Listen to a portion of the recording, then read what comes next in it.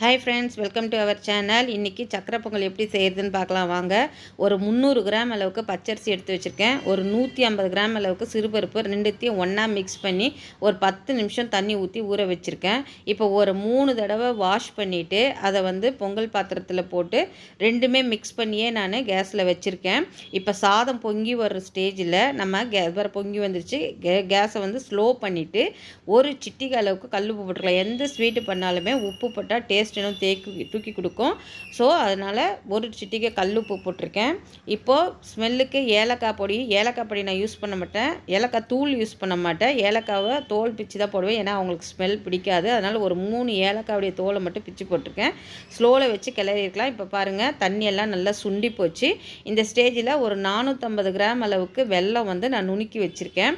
அதையும் நான் இதில் மிக்ஸ் பண்ணுறேன். வெல்லம் போட்ட பிறகு நம்ம கிளறி விட்டுக்கிட்டே இருக்கணும், இல்லைன்னா அடி பிடிச்சிடும். இது தண்ணி கொஞ்சம் வெளியே வரும். வெள்ளத்துடைய தண்ணி வெளியே வரும்போது நமக்கு அப்படியே விட்டுட்டோம்னா நமக்கு கீழே அடி பிடிச்சிடும். அதனால் நம்ம கொஞ்சம் கிளறி விட்டுக்கிட்டே இருக்கணும். இப்போ பாருங்கள், நல்லா கிளறி ஒரு 5 மினிட்ஸில் நம்ம கேஸை ஆஃப் பண்ணிட்டோம். நம்மளுக்கு பொங்கல் ரெடி. இதில் நான் பச்சை கற்பூரம் போட்டிருக்கேன். கொஞ்சோண்டு அது ஆப்ஷனல் தான், உங்களுக்கு வேண்டான்னா விட்டுடுங்க. அதை போட்டு ஆஃப் பண்ணிட்டோம்னா இப்போ தாளிப்பு ரெடி பண்ணிக்கலாம். ஒரு 100 கிராம் அளவுக்கு டால்டாவும் ஒரு 5 ஸ்பூன் அளவுக்கு நெய்யும் இதில் மிக்ஸ் பண்ணியிருக்கேன். திராட்சையை நான் முதல்ல வதக்கி போட்டுறேன். திராட்சை போட்டுட்டு நம்ம உடனே அதுலேயும் முந்திரி ஒன்றா முந்திரி போட்டோம்னா திராட்சை கருகிடும். அதனால் திராட்சையை முதல்ல போட்டுட்டு இப்போ முந்திரியை போட்டிருக்கேன். முந்திரியும் போட்டு எடுத்துட்டோம்னா நமக்கு பாருங்க, சூப்பரான சக்கரை பொங்கல் ரெடி. பார்க்கும் போதே வாய் ஊறுது, எனக்கு சாப்பிடணும்னு தோணுது.